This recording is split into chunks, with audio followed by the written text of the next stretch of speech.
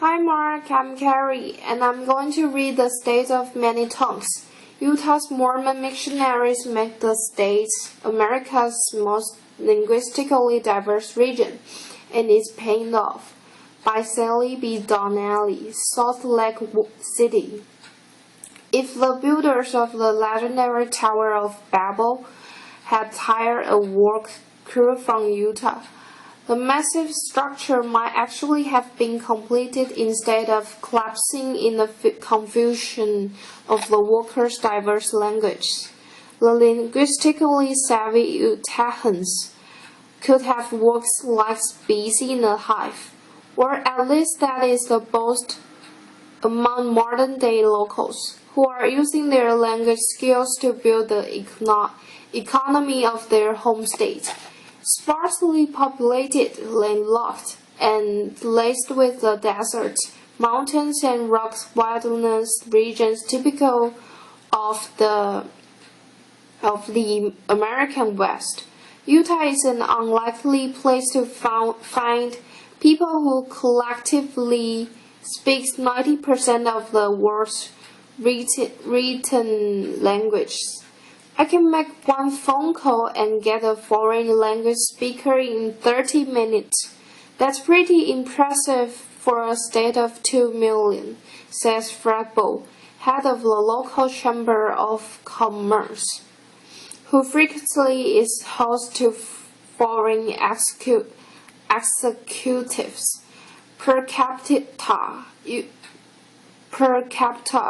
Utah is the most linguistically diverse region of the U.S., a feature the state is exploiting to attract foreign businesses and make tourists feel more welcome.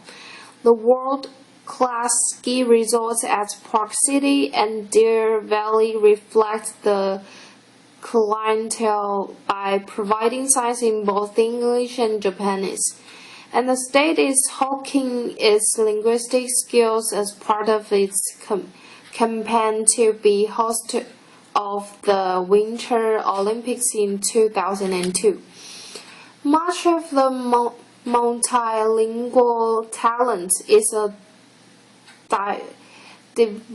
dividend from the missionary work performed by the Salt Lake City-based Mormon Church, officially known as the Church of Jesus Christ of Latter-day Saints.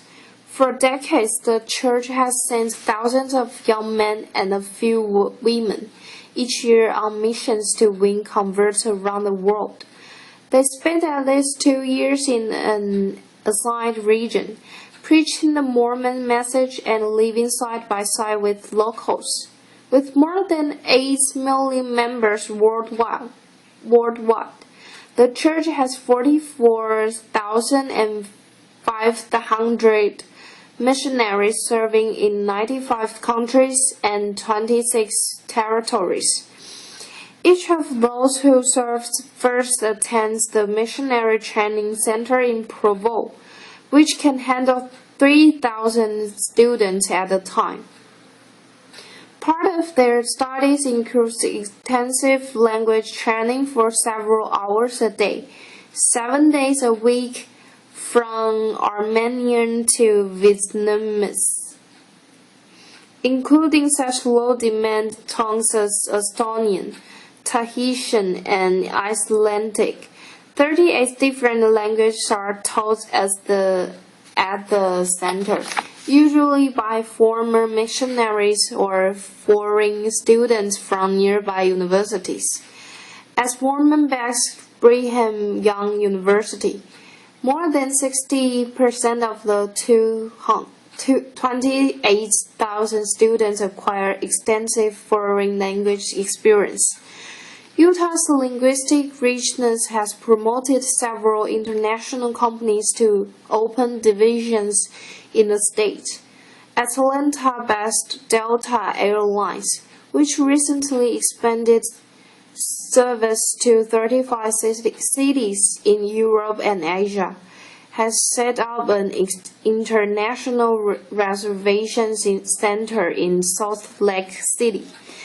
Agents can take bookings in 13 foreign languages, including Hindi and Swedish. Several years ago, American Express decided to situate its worldwide travelers check service center in Salt Lake City. On the outside, the four-story glass and concrete structure looks like any other modern office building, but inside the atmosphere is more like the Disneyland ride. It's a small world.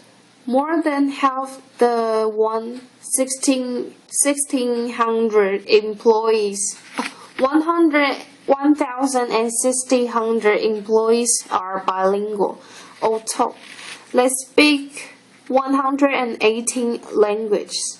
As any traveler knows, it can be frustrating to deal with a complicated problem if you don't speak the language. We found customers are relieved to find that someone on the other end of the line can understand, says Rona Draper, an operator and Spanish language student at the University of Utah. Homegrown firms have discovered that the local talent pool offers more than enough depth to build global businesses.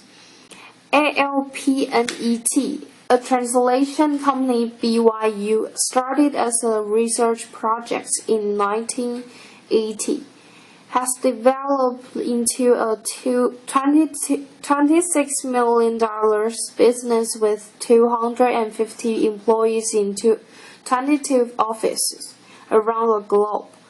Because Salt Lake City has become a high-tech center as well, computer-aided translation comes naturally to many local workers. It's a unique combination, a linguistically and culturally conscious society that is also computer literate, says ALPNET President Thomas Steele.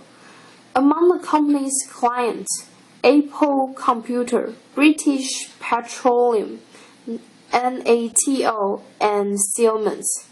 The U.S. Army recently called on ALPNET to translate 32,000 pages of information on the Bradley fighting vehicle into Arabic for the Saudi military. Officials from the state's Economic Development Corporation, which has branches from Brussels to Tokyo, like to point out that 60% of all public high school students in Utah study a foreign language, and the state has done well by vigorously pushing its language skills as an attraction to potential foreign transplant factories and offices. Last year, for example, the Taiwan-based computer firm Compaq Manufacturing chose Utah for its first overseas plant. Compaq's executives were lured by Utah residents who not only spoke Mandarin but also understood the customs and cultures of a Taiwanese company. Further proof that in an increasingly global economy, the multilingual abilities of Utahns may speak louder than words. And here's the Speaking Freely. The Missionary Training Center in Provo teaches 38 languages. Here are Africans, American Sign, Armenian, Bulgarian, Cambodian, Cantonese, Czech, Danish, Dutch, Estonian, English, Finnish, French, German, Greek, Russian, Creole, Hmong, Hungarian, Icelandic, Italian, Japanese, Korean, Lao, Mandarin, Norwegian, Polish, Portuguese, Romanian, Russian, Samoan, Croatian, Spanish, Swedish, Tagalog, Tahitian, Thai, and Tongan, and Vietnamese. And next part, I'm going to read chapter 14 in vocabulary book. Here's 10 words in context. In the space provided, write the letter of the meaning closest to that of each boldface word. Use the context of the sentences to help you figure out each word's meaning. And number 1 is austere. Miss Stone's appearance was austere. She wore plain, white clothing with no jewelry, and she never used makeup. The walls in Alan's den are white and nearly bare, and his white furniture has simple lines. This austere decor gives the rooms a pleasantly calm mood. And the answer, here are the choices. A. Very ugly. B. Very plain. C. Very youthful. And austere means B. Very plain. Number 2 is esoteric. The instruction manuals that come with computer software often use such esoteric terms that they seem to be written in a foreign language. The poetry of Ezra Pound, filled with references to ancient Greek culture, is too esoteric for most readers. Here are choices. A. Difficult to understand. B. Shallow. C. Unfavorable.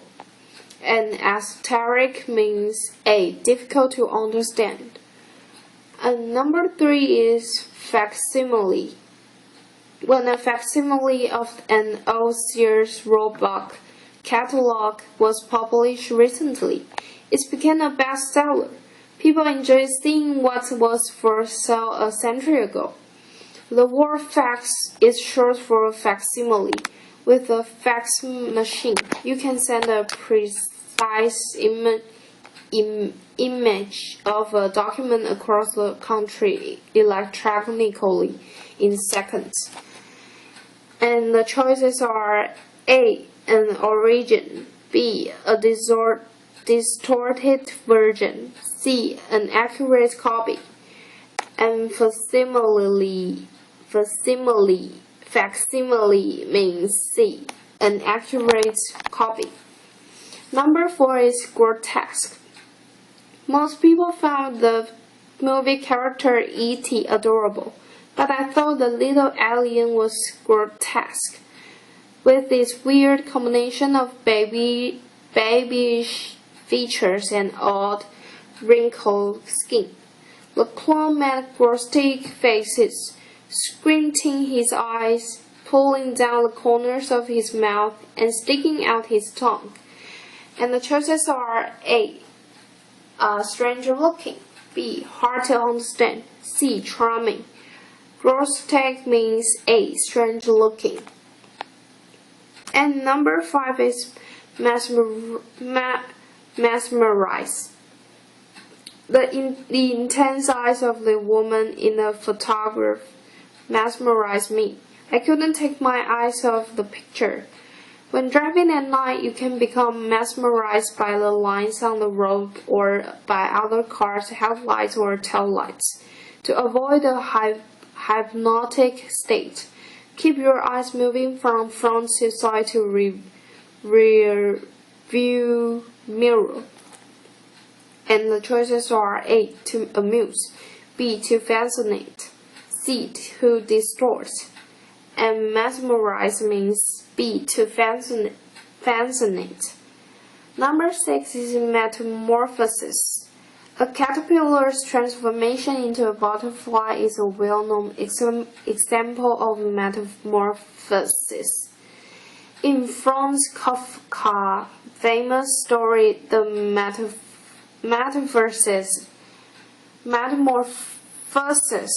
A man wakes up and on his 13th birthday to discover that he was turned into an enormous sick insect. And the choices are A. A change in form, B. A disaster, C. A scientific theory. And metamorphosis means that a change in form.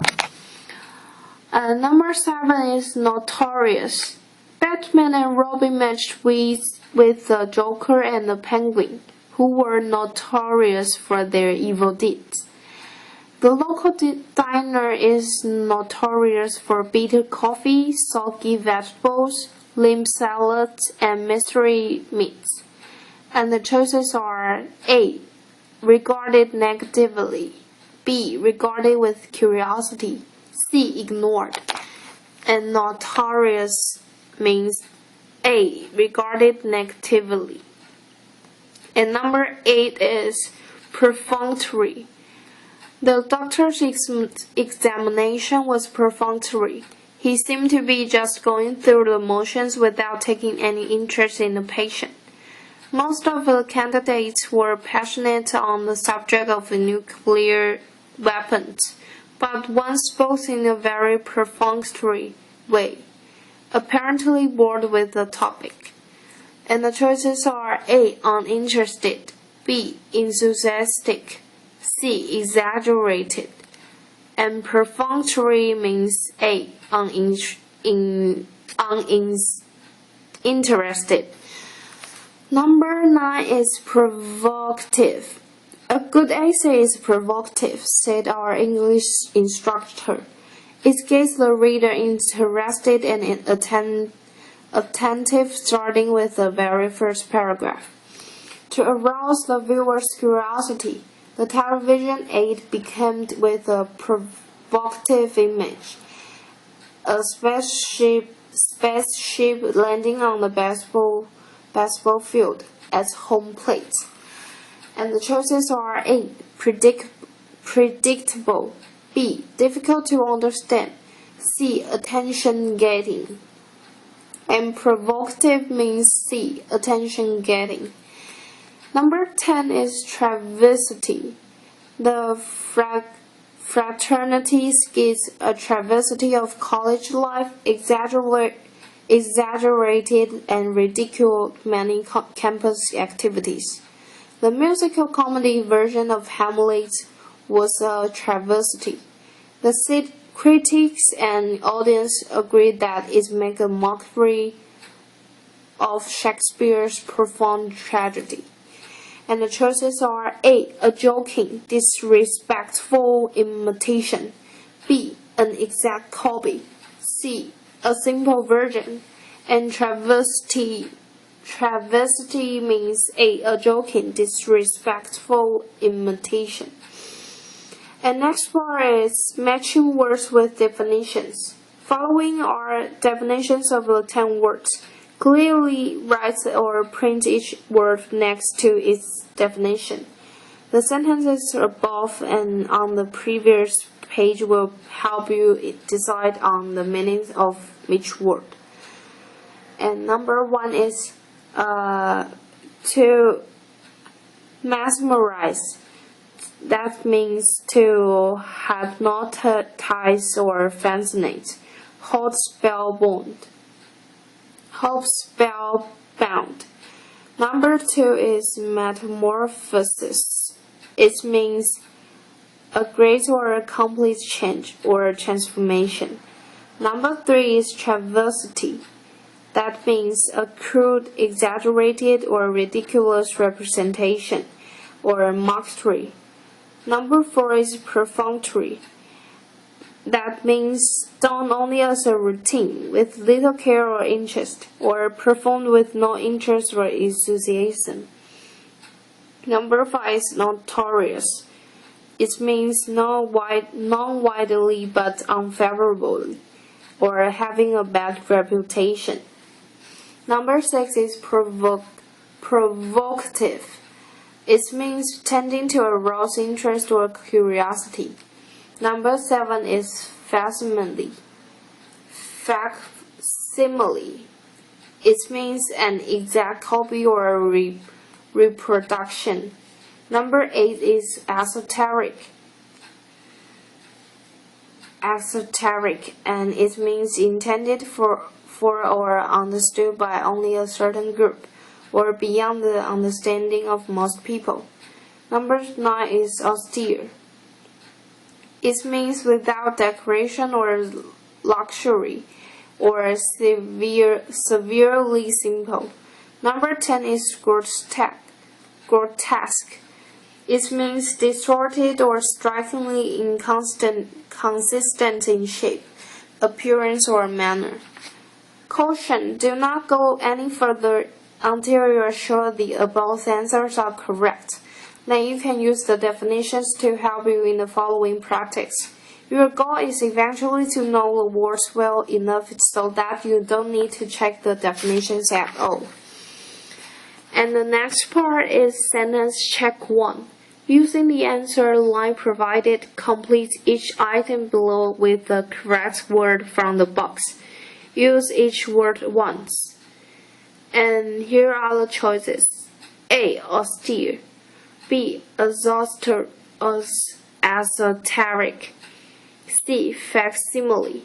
D. Grotesque. E. Mesmerize. F. Metamorphosis. G. Notorious. H. Perfunctory. I. Provocative. J. Travesty. And number 1 is J. Travesty. The trio was a travesty of justice because several of the jurors had been bribed. Number 2 is Notorious. King Henry